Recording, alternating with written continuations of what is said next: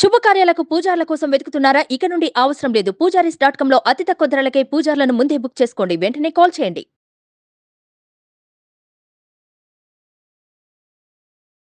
Hi welcome to our channel. ఈరోజు మనతో పాటు ఉన్నారు జ్యోతిష వాస్తు పండితులు, జ్యోతిష వాస్తు శిక్షణ నిపుణులు, లలితాదేవి ఉపాసకులు శ్రీ నానాజీ పట్నాయక్ గారు. నమస్కారం గురువుగారు. శ్రీమాత్రే నమః. సార్, వైకుంఠ ఏకాదశి, ముక్కోటి ఏకాదశి, ఇది 22 అంటున్నారు, 23 అంటున్నారు. అసలు ఏ రోజున జరుపుకోవాలి? వైకుంఠ ఏకాదశిని ఎలా జరుపుకుంటే మనకు చాలా మంచి అద్భుతమైన ఫలితాలు ఉంటాయంటారు? అంటే 23వ తేదీ శనివారం రోజు వచ్చింది ఏకాదశి అనేటువంటిది మొట్టమొదటిగా. రెండవది ఏంటంటే, ఇప్పుడు ఎన్ని ఏకాదశులు ఉండగా వైకుంఠ ఏకాదశి ఎందుకంటారు, ఆ రోజు ఉత్తర ద్వారం ఎందుకు తెరుస్తారు అనే విషయం మనం తెలుసుకోవాలి. ఎప్పుడు కూడా ఏకాదశి అనేటువంటిది ఏమిటి అంటే, మనము చేసినటువంటి పాపము దగ్ధము చేసుకునేటువంటి రోజు ఏకాదశి అంటే. ఎందుకంటే ఎలా అవుతుంది దగ్ధము? ఎప్పుడూ గుర్తుపెట్టుకోండి, కాలం అనుకూలించినప్పుడే మనం పనులు చేసుకోవాలి. బాగా వర్షం పడుతుంది, వెళ్ళలేం. బాగా చల్లగా ఉంది, చిన్న ఒడియాలే ఎండబెట్టలేము మనం, బయట అప్పడాలు ఎండబెట్టలేము, ఇంక పెద్ద పెద్ద పనులు ఏం చేస్తాం అంటే, నా ఉద్దేశం ఏంటంటే, పనులు చేస్తామా చేయడం అంటే బయట ఉన్న కాలానికి మనం చేసే పనులకి సింక్రనైజ్ అయితే కనెక్ట్ అవుతుంది. ఒక మార్కెట్లో ఒక ప్రోడక్ట్ రిలీజ్ చేసాము, మార్కెట్లో డిమాండ్ ఉన్న ప్రోడక్ట్ అమ్ముడుపోతుందండి. డిమాండ్ లేని ప్రోడక్ట్ మీరు ఎంత అద్భుతంగా చేసినా అమ్ముడుపోదు. అట్లాగో కాలంలో అంటే ఏకాదశి వచ్చినప్పుడు ఎప్పుడైనా మీరు గమనించినట్లయితే, ఈ రవిచంద్రులు ఎవరైతే ఉంటారో అంటే ఆత్మకారకుడు, మనస్కారకుడు, జీవుడు ఆత్మకారకుడు అంటే ఈ యొక్క భగవత్ సంబంధించిన యోగం కలిగినటువంటి సూర్యభగవానుడు, మనస్సు, ఈ రెండు కూడా 1/5 లేదా 3/11 యాక్సెస్లో ఉంటాయి.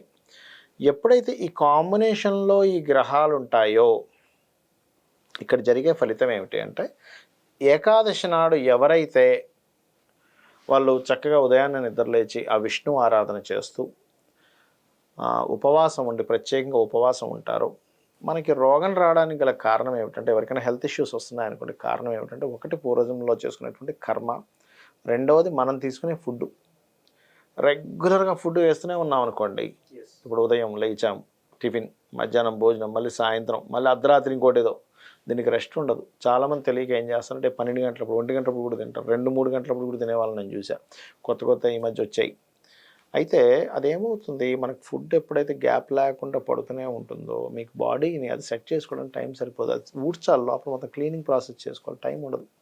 అందుకని మన వాళ్ళు ఏం చేశారంటే, ఏకాదశి నాడు నువ్వు తినకుండా ఉండు, నీకు బాడీ లోపల ఫ్రెష్ అవుతుంది, క్లీన్ చేసుకుంటుంది బాడీని అది. ఓకే. అందుకే మన వాళ్ళు ఏంటి, సూర్యాస్తమం లోపలే తినాలి, సూర్యాస్తమం అయితే తినకూడదు. నేను తిన్నా, అసలు సూర్యాస్తమం దాటితే నేను తిన్నాను. ఈ మధ్య కొత్తగా పెట్టుకున్నాను ఇంకా అది. ఎందుకు అంటే, సూర్యాస్తమం లోపలే మీకు ఫుడ్ తిన్నటువంటిది ఒంటికి సక్రమంగా పడుతుంది, ఈ సూర్యాస్తమం దాటిన తర్వాత పట్టదు. ఇది గుర్తుపెట్టుకోండి. అంటే ఒంటికి పడుతుంది కానీ అది అనారోగ్య పాలవుతుంది మీకు బాడీ అనేటువంటిది. అందుకని ఈ ఏకాదశి నాడు ప్రత్యేకంగా ఫుడ్ అంటే, అదెవరికి ఈ నియమాలు? పిల్లలకి కాదు, చిన్నపిల్లలకి, అనారోగ్యంతో ఉన్నవారికి, వీరికి కాదు. మంచం మీద ఉన్నాడు, ముందే అనారోగ్యంలో ఉన్నాయంటే నువ్వు తినకుండా ఉండమంటే ఎట్లా? వీరికి కాదు. ఆరోగ్యంగా ఉన్నటువంటి వారు ఇది ఖచ్చితంగా పాటించాలి. పాటించి మరి ఏమండి, ఎన్నిసార్లు ఏకాదశి వస్తుంది, ఇప్పుడే ఎందుకు ముక్కోటి ఏకాదశి అవ్వాలి, ఇప్పుడే ఎందుకు వైకుంఠ ఏకాదశి అవ్వాలి అంటే, జ్యోతిష్ శాస్త్రంలో జీవుడు అంటే మేషం, అంటే జీవుడు జాతకుడు అంటే మేషం. అక్కడ ఏకాదశి నాడు చంద్రుడు అక్కడ ఉంటాడు. అందులో ముఖ్యంగా అశ్విని, భరణి, కృతిక నక్షత్రాల్లో అవుతూ, ముఖ్యంగా భరణి నక్షత్రంలో ఉంటే ఇంకా విశేషం. మనకి ఈసారి వచ్చేటువంటి ఏకాదశి భరణి నక్షత్రంలో వస్తుంది. భరణి నక్షత్రానికి అధిష్టాన దేవత ఎవరు అంటే యముడు. యముడు ఉండేటువంటి స్థానం ఏది అంటే దక్షిణం వైపు. ఇప్పుడు మనం చూడండి, ఏదైనా ఒక పాపకర్మలు చేశాము, మన శాస్త్రాల్లో కానీ వాటిల్లో కానీ ఏముంటుంది, నువ్వు పాపకర్మ చేసావు కాబట్టి యమపురికి వెళ్తావు, యమ బాధను అనుభవిస్తావు అంటాం.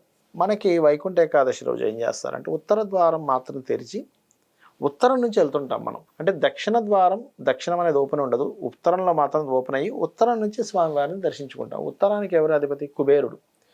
కుబేరుడు అనుగ్రహం కలిగితే ఎలా ఉంటుంది మనకి అంటే, కుబేరుడు యొక్క పాజిటివ్ అనుగ్రహం కలిగితేనేమో మంచి ధనధాన్యాలు.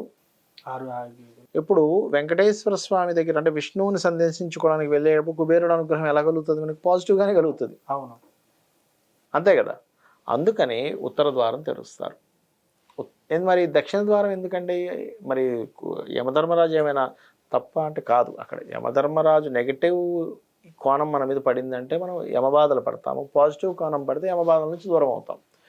అది కూడా శనివారం రోజు అయింది కాబట్టి యమ ఆరాధన ఆ రోజు చేస్తే చాలా మంచిది. యమారాధన సర్పారాధన చేస్తూ ఉత్తర ద్వారం గుండా వెంకటేశ్వర స్వామినో విష్ణువునో దర్శించుకుంటే ఏమవుతుందంటే మీరు చేసినటువంటి పాప కర్మలు దగ్ధమవుతాయి. ఈ జన్మలోని రాబోయే జన్మల్లో కూడా మనకి కలియుగ దైవం అంటూ ఉంటారు వెంకటేశ్వర స్వామి ప్రత్యేకంగా. ఎందుకు కలియుగ దైవం అయ్యాడయ్యా ఆయన అంటే కలి యొక్క ప్రభావం ఆయన కూడా పడుతూ చూపించాడు. అంటే అలాగ ఒక వివాహం చేసుకోవాలి, ఆయన కూడా అప్పు చేశాడు. మనం కూడా ఇప్పుడు ఒక అమ్మాయికి అబ్బాయికి పెళ్లి చేయాలి, అప్పు చేస్తాం ఎంతో కొంత. బాగా డబ్బులు ఉన్న వాళ్ళు, బాగా సంపన్న పనులు అంటే దట్ ఈస్ డిఫరెంట్ థింగ్. అప్పు చేస్తారు, తీసుకుంటారు బ్యాంకుల దగ్గర తీసుకొచ్చి మీరు అన్నట్టుగా. అంటే ఏమిటి, కాలానికి అనుకూలంగా ఉన్నటువంటి ఒక మూర్తి. నేను భగవంతుడిని నేను అప్పు చేయను అనలేదు.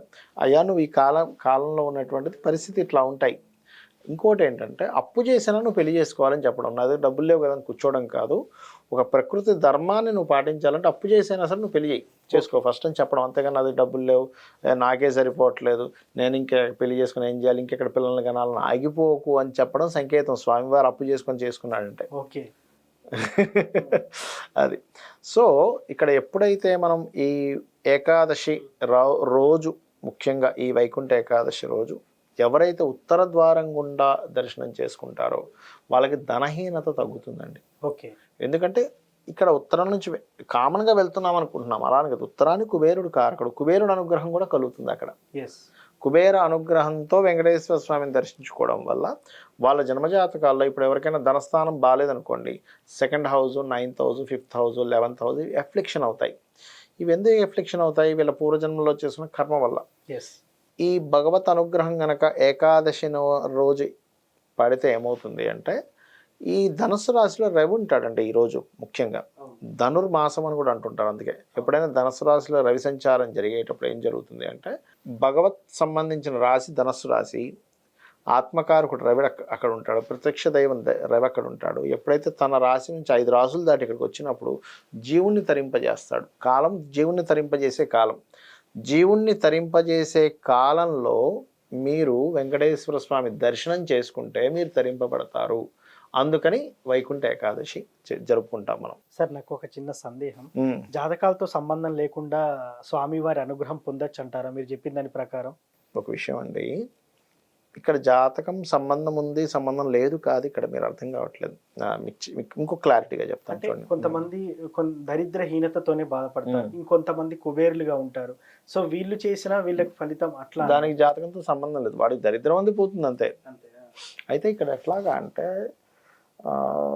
దారిద్రం పోవాలి అంటే మనం ఏదో వీడియో చూసాము, గురువుగారు చూసాం, ముఖేష్ గారు ఏదో ఇంటర్వ్యూ చేశారు, వెళ్ళి వచ్చేసామంటే తీరదండి. తత్వం తెలుసుకోవాలి. భగవత్ తత్వం ఏమిటి, భగవంతుడు ఏం చెప్పాడు, వేదంలో ఏం చెప్పాడు, పరోపకారం పుణ్యం పరపీడనం పాపం అని చెప్పాడు. సింపుల్గా నువ్వు ఇంకోటి ఇబ్బంది పెట్టకుండా జీవించు, నీకు అదే దరిద్రం లేకుండా ఉంటుంది. నువ్వు ఇంకోటి ఒక పక్క ఇబ్బంది పెడుతూ ఒక పక్క నాకు దారిద్రం రాకూడదంటే ఎక్కడి నుంచి రాకుండా ఉంటుంది? కొన్ని పాస్ట్ లైఫ్ కర్మలు ఉంటాయి కదా, అవన్నీ ఉంటాయి కదా, అవన్నీ చూసుకోవాలి. ఒకటేంటంటే ఈ కలియుగంలో నేను చూసినటువంటి అనుభవం, వెంకటేశ్వర స్వామిని ఎవరైతే స్వామి నాకు నువ్వే దిక్కు అని పట్టుకున్న వాళ్ళని ఖచ్చితంగా ఆయన బయటపడేస్తాడండి. ఎందుకంటే నాకు తెలిసిన ఒక చిన్న అనుభవం చెప్తా. ఒక వ్యక్తి అతనికి ఏ వ్యాపారం పడితే ఆ వ్యాపారం చేసేవాడు. అంటే ఎలా అంటే ఉదాహరణకి ఒక 10 లక్షలు పెట్టి ఒక కిరాణా షాప్ పెట్టాడు అనుకోండి, 4 రోజులు చూసేవాడు. పెద్ద కిరాణా షాప్లో ఏం లేదు, ఇది అమ్మేసి బట్టల షాప్ పెట్టేవాడు. అదొక 4 రోజులు చూసేవాడు, ఇది ఏం బాగాలేదని చెప్పి ఇంకోటి డ్రై క్లీనింగ్ షాప్ పెట్టాడు, ఇది పెట్టేవాడు. దాని తర్వాత ఇంకోటి అలా దాదాపుగా ఆయన 50-60 బిజినెస్లు చేశాడు. ఓకే. అలా చేసి అప్పులు ఎక్కువైపోయి ఆయన తిరుపతి వెళ్ళిపోయాడు. అయ్యి బాబు నా వల్ల అవ్వట్లేదు, ఇంకా నాకు ఎక్కువైపోయింది, ప్రాబ్లం పెరిగిపోయిందని. అప్పుడు మరలా అతనికి కొన్ని కొత్త ఛాన్సెస్ వచ్చి చిన్నగా ఒక 4 రోజులు ఉండిపోయాడు, వెళ్ళిపోయి ఇంకా అక్కడ. అర్థం కావట్లేదు, చుట్టూ అప్పుల బాధలు, ఏం చేయాలో అర్థం కావట్లేదు. స్వామి నువ్వే దిక్కు, నేను అనవసరంగా పిచ్చి పిచ్చి ప్రయోగాలను చేసి డబ్బులన్నీ పోగొట్టుకున్నా, ఇప్పుడు నాకు బుద్ధి వచ్చింది, నువ్వే దిక్కు అని పట్టుకుంటే అప్పుడు అతనికి ఒక వృత్తి, అతనిలో ఉన్న టాలెంట్ తగ్గట్టుగా అతనికి ఒక వృత్తి ఏర్పడి తత్పరంగా అతను మళ్ళీ లైఫ్లో దీనిలోకి వచ్చాడు. అంటే ఏమిటంటే వెంకటేశ్వర స్వామిని ఎవరైనా సరే స్వామి నువ్వే దిక్కు నాకు సంబంధం లేదు అని అనుకుంటే ఖచ్చితంగా ఫలితం ఉంటుంది. ఎందుకంటేనండి నేను ఒక చిన్న అనుభవం, మీరు అయ్యప్ప స్వామి దీక్ష ఎప్పుడైనా వెళ్ళారు అక్కడికి? వెళ్ళలేదు సార్. వెళ్ళలేదు కదా. అయ్యప్ప స్వామి కొండ ఎక్కుతుంటే కూడా అంతే ఉంటుందండి ఇబ్బంది. వెంకటేశ్వర స్వామి కొండ నడక ఎక్కితే కూడా ఉంటుంది దాని ప్రభావం. అలాగే అరుణాచల గిరి ప్రదక్షిణాలు చేసుకున్నప్పుడు కూడా పాదాలకు సంబంధించిన ఇబ్బంది ఉంటుంది. ఈ మూడు నేను అనుభవంలో చూశాను. ఎక్కేటప్పుడు అబ్బా ఎంత పెద్దగా ఉన్నదిరా అనిపిస్తుంది. దర్శనం చేసుకుని ఆ కాళ్ళ నొప్పులు ఎక్కడ పోతాయో అర్థం కాదు. అవును సార్. ఎస్, నేను తిరుపతి కూడా. భగవంతుడు ఉన్నాడు అనడానికి ఇది ఒక నిదర్శనం అండి. ఓకే. అరుణాచల గిరి ప్రదక్షిణాలు కాళ్ళకి చెప్పులు లేకుండా చేసుకుంటాం, కాళ్ళంతా మండుతాయా? దర్శనం చేసుకుని కాళ్ళ మంటలు ఎక్కడికో పోతాయి. పైకి ఎక్కుతామా, అది అయ్యప్ప స్వామి కావచ్చు, వెంకటేశ్వర స్వామి కావచ్చు, ఎక్కి చూడగానే కాళ్ళు నొప్పులు అన్నీ పోతాయండి ఆటోమేటిక్గా. అంటే ఆ ఒక్క చిన్న ఇది అరే ఇట్లా మాయమవుతున్నాయి అనిపిస్తుంది. అంటే భగవంతుడు ఉన్నాడు అనడానికి అదొక నిదర్శనం. అది నేను కూడా తిరుపతి కొండ ఎక్కాను. నడుచుకుంటూ ఎక్కారా? ఓకే. 2 times ఎక్కాను. నాకు కూడా సేమ్ ఇలానే జరిగింది. మీకు జరిగిన అనుభూతి? ఇది కాళ్ళు ఫస్ట్ లో అబ్బా ఏంటి బాగా ఎక్కడానికి కూడా స్ట్రెయిన్ అనిపించి ఎక్కాక క్లియర్ అయిపోయింది. ఎస్, అవును సార్. మొత్తానికి వైకుంఠ ఏకాదశి ఎలా జరుపుకోవాలి, ఎలా జరుపుకుంటే మనం ఫలితాన్ని పొందవచ్చు అని చెప్పేసి చాలా చక్కగా చెప్పారు sir. Thank you so much. శ్రీమాత్రే నమః.